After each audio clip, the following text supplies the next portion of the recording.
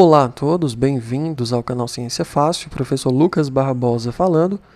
Vamos hoje falar sobre o filo Cnidaria, os cnidários. Bom, aqui nós vemos algumas imagens de alguns representantes desse filo, as hidras, as medusas, as anêmonas do mar. Você vai lembrar aqui do filme Procurando Nemo, o Nemo, né, que é o peixe palhaço, ele ficava se escondendo ali, né, nas anêmonas do mar, que são cnidários. E nós também temos as caravelas, né? Faltou aqui uma imagem de corais. Então, antigamente, esses cnidários eram chamados de coelenterados. Hoje essa classificação não é mais válida, tá? Chame apenas de cnidários. São animais aquáticos, a maioria vive no ambiente marinho, mas também nós temos representantes de água doce.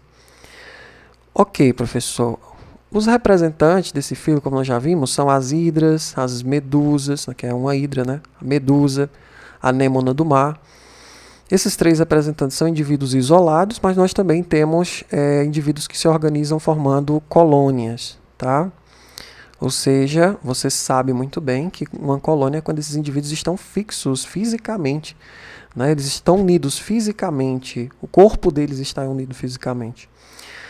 Então, como representantes desses indivíduos coloniais, nós temos as caravelas, tá?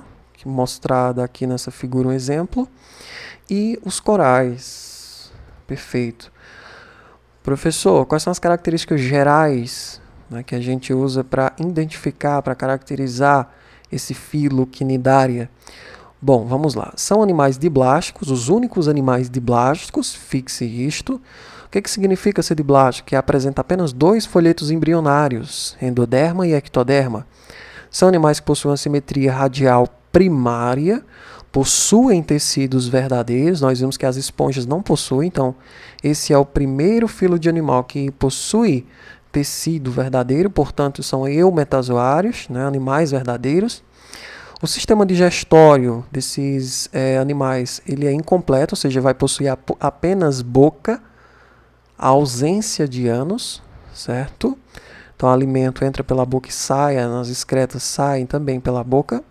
A digestão ocorre inicialmente a nível extracelular e posteriormente ocorre no meio intracelular. São organismos, por alguns, considerados protostômios, tá? Ou seja, lá no período embrionário, desenvolvimento embrionário, o blastóporo ele forma inicialmente a boca. No caso aqui de cnidários, forma apenas a boca, porque não tem ânus, certo?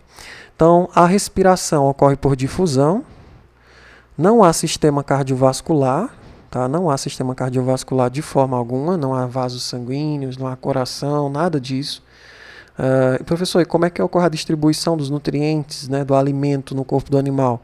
Ocorre por meio da difusão, certo? Da mesma forma que ele respira por difusão, os gases eles entram e saem, né, por difusão, o sistema cardiovascular ele é ausente e a troca de nutrientes também ocorre por difusão.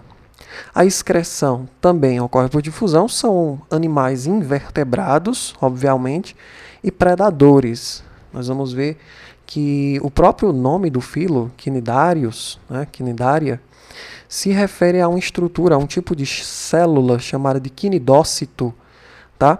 Que libera uma organela que possui um filamento que vai produzir uma substância urticante, né? Tóxica, digamos assim, que vai irritar, que vai paralisar a sua presa, certo? Para que ela seja aos poucos digerida e seus nutrientes sejam aproveitados por esses animais. Então, existem dois tipos morfológicos do filo Cnidaria, os pólipos, que são sésseis, daqui a pouco você vai ver uma imagem de um pólipo, mas nós temos outro tipo de morfologia, que são as medusas, né? As medusas são as formas livre-natantes. Daqui a pouco você vê uma imagem e vai ficar bem claro isso. Tanto o pólipo quanto a medusa, pólipo, né, a forma séssil, e a medusa, a forma natante, possuem boca. Ambos possuem boca, mas não possuem ânus, tá? Então, cnidários possuem apenas boca, ok? Então, como é que funciona? O alimento ele passa para uma cavidade gastrovascular onde é parcialmente digerido e depois ele segue para as células que revestem a cavidade gastrovascular, onde se completa a digestão, certo? A digestão ocorre de forma extra e intracelular. O que não é aproveitado é eliminado pela própria boca, já que nós não temos ânus aqui nesses animais. Possuem tentáculos na região oral, nós vamos ver as imagens, são vários tentáculos sempre na região oral, e esses tentáculos eles vão participar da captura do alimento e também da defesa do animal. As camadas de células nós vamos ver alguns tipos de célula. Nós temos uma epiderme, aqui a gente já pode falar de uma epiderme, certo? Que é o revestimento externo. Na epiderme nós vamos encontrar células sensoriais, células que vão captar estímulos do ambiente e quinidócitos, tá? Nós vamos ver daqui a pouco a estrutura bem direitinho dessas células. E nós temos a gastroderme, tá? Que é o tecido interno ali que reveste a cavidade gastrovascular. Essa gastroderme, ela vai, como você vê aqui, ó, revestir a cavidade gastrovascular. Ah, professor, eu estava só esperando essa figura para a gente ilustrar tudo aquilo que o senhor estava falando anteriormente, porque o legal é mostrar na figura. Beleza, então veja só, nós temos aqui uma camada externa em azul, tá? Tanto no pólipo, que é a forma séssil, essa forma aqui, ó, quanto na forma medusoide, certo? Que é a forma livre natante aqui. Então nós temos essa camada em azul externa, que a gente chama de epiderme, certo? Nós temos a parte interna, certo? Nós temos a gastroderme. A gastroderme a gente vê aqui que ela reveste toda a cavidade gastrovascular. Aqui nós temos a boca, sempre na região oral, que se localizam os tentáculos. Veja aqui também aqui na forma séssil, esses tentáculos estão próximos à boca, estão na região oral desse animal. E nós temos aqui, pessoal, um gel, né, uma espécie de gel que vai estar entre a epiderme e a gastroderme. Esse gel, né, a gente chama de mesogleia, que está representada aqui com a coloração rosa, ou seja, róseo. Então vejamos, nós temos algumas outras estruturas, aqui você vê os tentáculos, ok, a cavidade gastrovascular aqui, e aqui também, a boca, certo? E a umbrella. Entre a epiderme e a gastroderme, como nós sabemos, há uma camada gelatinosa chamada de mesogleia. As células nervosas, certo? Elas ficam aqui na mesogleia, formando um sistema nervoso difuso. Não esqueça disso, tá? As células nervosas, elas estão localizadas na mesogleia. Nós vamos daqui a pouco ver isto. A região do corpo das medusas ricas em mesogleia chama-se de umbrella. Grave isso também. A região do corpo das medusas rica em mesogleia chama-se umbrella. Ok? E essa mesogleia confere um aspecto gelatinoso ao animal. Nós temos essa outra figura que mostra mais alguns tipos celulares, né, um pouco de histologia desses animais. Aqui você tem a forma de pólipo sendo representada. Veja que os tentáculos aqui, né, estão prendendo um peixe. Veja que são animais predadores. Ok, professor? Veja que na epiderme nós temos vários quinidócitos, e esses quinidócitos eles liberam uma organela chamada de nematocisto. Esse nematocisto ele possui um cordão, né, que vai produzir substâncias tóxicas, vai paralisar o animal e pode gerar também, tá, certos tipos de irritações na pele se esses quinidócitos lançarem seus nematocistos e esses cordões tocarem a pele humana, ok? Nós temos aqui na camada intermediária também a mesogleia e a gastroderme, que é a camada mais interna aqui já na cavidade gastrovascular desses animais. Se você der um zoom aqui, ó, um corte, tá, da parede desse animal, você vai conseguir visualizar aqui, separando, né, as duas camadas, a mesogleia, a camada mais interna do tecido. Nós temos vários tipos de células, células intersticiais, nós sabemos que aqui está a gastroderme, né? Mas nós temos células intersticiais, nós temos células flageladas, células glandulares, certo? Que vão produzir aí, enzimas digestivas, certo? Células epitélio digestivas também, aqui bem próximas.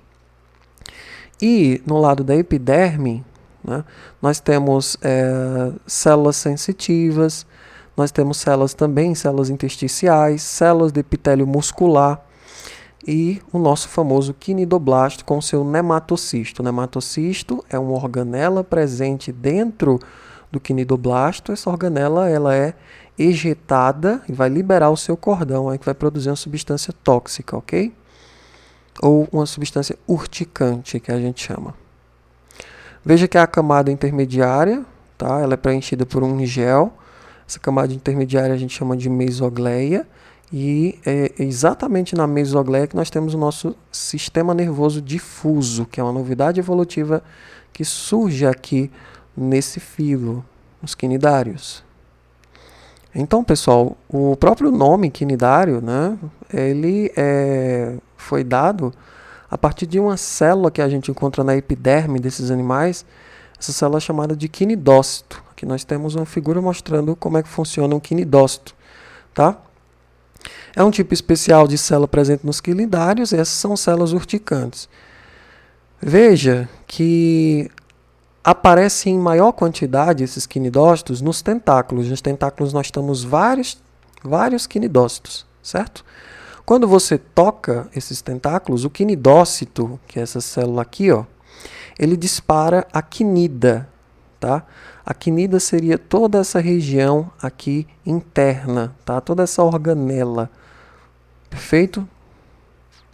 Nós temos alguns tipos de quinida. Um tipo de quinida muito comum nos quinidários é o nematocisto. Então a gente chama esse tipo, por exemplo, aqui de quinida, de organela, de nematocisto. E o nematocisto ele é uma estrutura intracelular, como se fosse uma organela, que contém um longo filamento pelo qual é eliminado um líquido urticante da quinida. Então veja, ó, aqui nós temos a ejeção do nematocisto, certo? Professor, o que é que provoca a ejeção do nematocisto, dessa organela? Veja que na célula nós temos uma estrutura em forma de cílio que a gente chama de quinidocílio. Esse quinidocílio ele é bem sensível. Então, quando você toca o quinidocílio, isso gera um estímulo muito grande para a ejeção, tá, do nematocisto. O nematocisto então é ejetado e veja que esse nematocisto ele contém algumas estruturas. Por exemplo, o tubo do nematocisto, certo? Que é esse filamento com substância tóxica, urticante, ok? Nós temos também espinhos aqui na base do nematocisto, principalmente esses daqui que são bem avantajados, né? Que podem acabar ajudando no contato dessa substância tóxica, a corrente sanguínea por perfuração, certo? O opérculo, que seria a própria abertura aqui dessa organela, e a base do tubo, a base do nematocisto, ok? A cápsula do nematocisto seria toda essa estrutura que guarda, né, todos esses componentes. Então a gente chama de cápsula do nematocisto. Então o líquido liberado pelo nematocisto, mais especificamente por esse tubo aqui do nematocisto desenrolado, ele serve para paralisar a presa e pode causar sérias queimaduras no ser humano, né? Inclusive, dependendo do nível, né, dessas queimaduras e da quantidade de indivíduos, né, que levaram a esse acidente, pode levar uma pessoa à morte. Então aqui nós vemos a estrutura, né, de um quinidócito, um quinidoblasto, que a gente chama, né, mostrando a abertura do nematocisto, que a gente chama de opérculo, e a liberação aqui, tá, desse nematocisto, dessa estrutura, com um filamento urticante, com alguns espinhos, tá? Aqui você vê também o quinidocílio, que é um cílio sensível ao contato. Está bem aqui, ó. Quanto ao sistema nervoso, possui um sistema nervoso difuso. Nessas células nervosas nós vimos que se encontram lá na mesogleia. Respiração e excreção ocorrem por meio de difusão através da própria superfície do corpo. Nas medusas, a locomoção é bem ativa, certo? Por um mecanismo de jato-propulsão, a musculatura aqui externa da medusa, né, se contrai e aí ocorre a jatopropulsão e ela é impulsionada. Dessa forma ela pode se movimentar, ok? Veja essa figura aqui, ó, a margem da umbrella contraída e aqui a margem da umbrella relaxada. E isso gera uma jatopropulsão, ok? Então, aqui nós temos um tipo de espécie se deslocando por meio do jato-propulsão e essa medusa ocorre no litoral brasileiro e chega a medir 50 centímetros de diâmetro. É pequenininha, né? Nas medusas, a locomoção é ativa por mecanismo de jato-propulsão. A reprodução pode ser sexuada ou assexuada. Grave isto. Quanto à coordenação, existe um conjunto de células fotossensíveis no corpo desse animal. E outras, essas células fotossensíveis a gente chama de ocelos, tá? Aqui a gente pode visualizar bem, ó, células fotossensíveis que a gente chama de ocelo, ok? E também as células envolvidas com equilíbrio, são os estatocistos. Os estatocistos, eles percebem a questão da profundidade, certo? Isso tudo está na parte epitelial do animal. Não há neurônios, e também nos tentáculos, obviamente, né? Não há neurônios típicos e o sistema nervoso corresponde a um conjunto difuso de células nervosas que estão presentes na mesogleia. Vamos detalhar mais a reprodução agora, tá? Ocorre o fenômeno da metagênese, que é a alternância de gerações. Então, você pode ter um estágio larval aí no ciclo de vida desse animal. O processo assexuado ele ocorre por brotamento e também por estrobilização. Nós vamos já ver o que é estrobilização. Eu vou colocar uma imagem aqui na lateral só para você ter já uma ideia inicial do que seria estrobilização, ok? Então aqui você tem a estrobilização, ela designa-se a reprodução assexuada observada em alguns pólipos de celenterados. A gente sabe que não são mais chamados de celenterados, então isso aqui está errado. Certo? Os quais fragmentam o seu pé em numerosos segmentos. Então aqui a gente vê um pólipo, tá?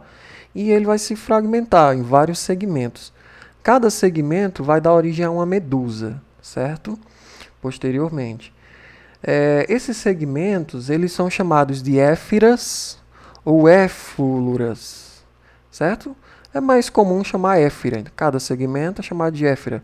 Então cada éfira se destaca desenvolvendo, né, ela se desenvolve e depois ela constitui-se numa nova medusa.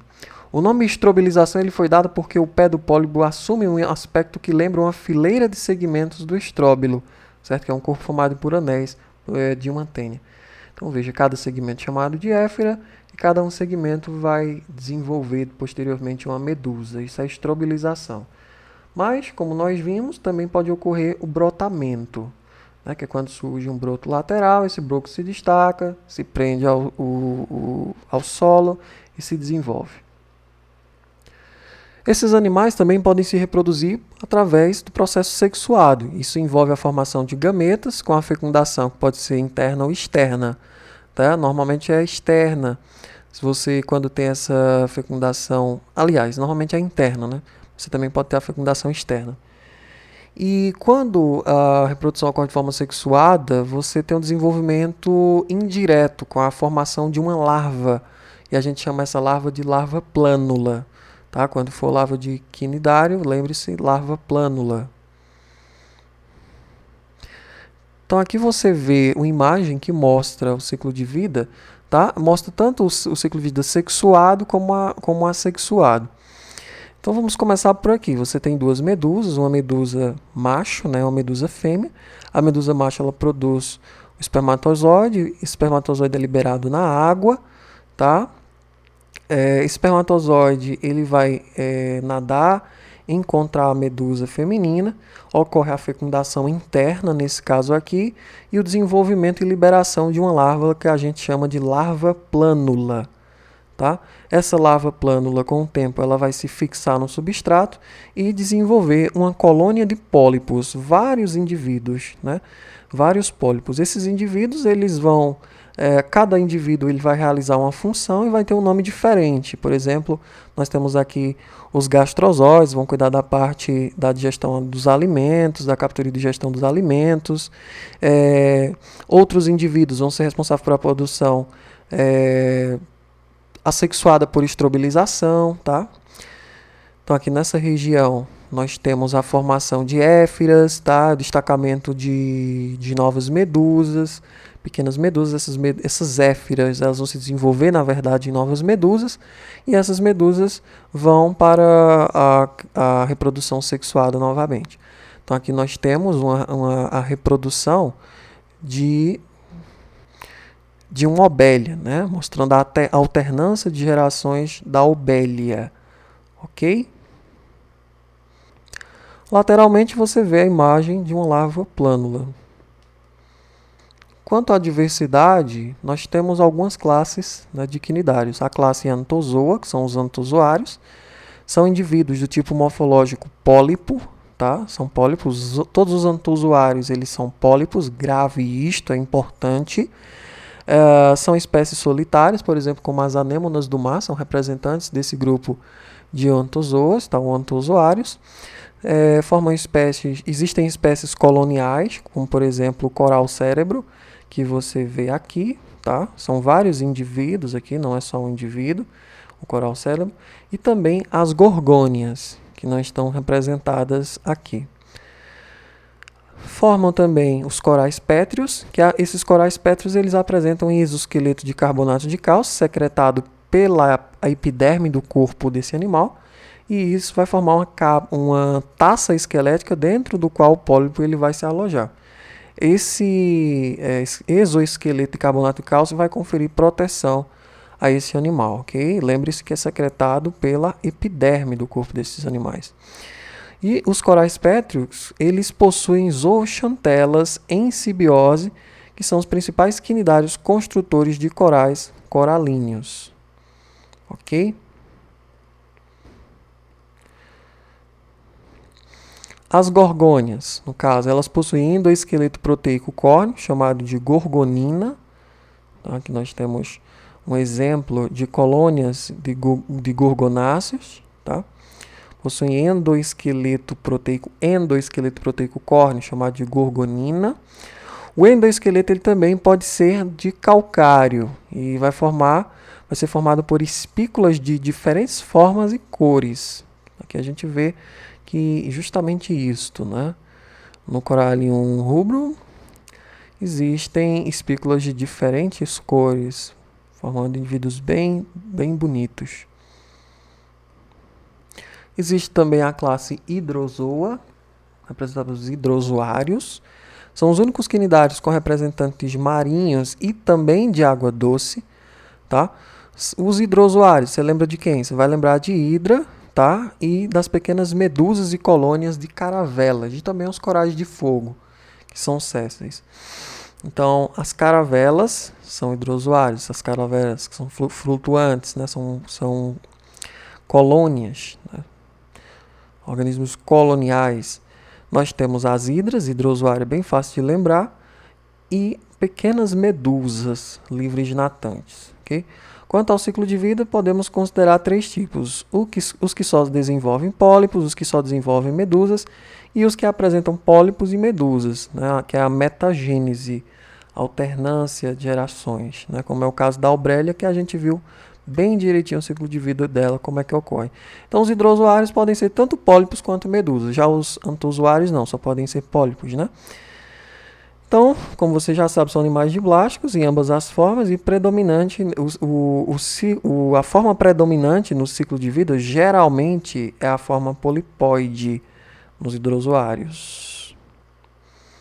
Aqui você tem algumas fotos de alguns representantes dos hidrozoários, as caravelas, né, que são colônias, são indivíduos, aqui você vê o indivíduo flutuador, responsável pela flutuação. Você tem medusas, como por exemplo as olíndias, tá? do gênero Olíndias. E também você tem representantes de água doce, como por exemplo a hidra. Você tem também a classe Siphozoa, são sifozoários. Ao contrário dos hidrozoários, a forma predominante no ciclo de vida é a forma medusa. Lembre-se, nos hidrozoários, na classe dos hidrozoários, a forma predominante era pólipo. Muito bem. Aqui nos sifozoas, nos sifozoários, a forma predominante é a medusa. O pólipo ele é bem reduzido, em alguns poucos casos ausente. A reprodução sexuada ocorre principalmente por... Sexuada não, né? A reprodução assexuada ocorre principalmente por estrobilização, como nós já vimos, né? Medusas imaturas, chamadas de éfiras, se diferenciam em medusas adultas, que serão responsáveis pela reprodução sexuada posteriormente. Você já viu como é o esquema do ciclo de vida, certo? Geralmente são de sexos separados e a fecundação ela pode ser interna ou externa. Normalmente é interna. Há uma alternância de geração e essa alternância de geração é o padrão comum de reprodução aqui no caso de sifozoários. Essa imagem você já sabe muito bem como é que ocorre, né? O processo de estrobilização, várias éfiras, elas se destacam. Você tem a formação, né, de medusas machos e fêmeas. Elas vão se diferenciar, algumas vão ser machos e fêmeas, a maioria são de sexos separados, produção de espermatozoide, fecundação interna, formação da lávula plana, fixação no substrato e desenvolvimento de um novo pólipo. Ok? Aqui nós temos o ciclo de vida da Aurelia aurita, tá? Mostrando essa alternância de gerações. E também nós temos a classe cubozoa, são as cubomedusas, né? São medusas com umbrelas de aspecto cúbico, você vai ver a imagem, realmente elas são bem cúbicas, o aspecto dela.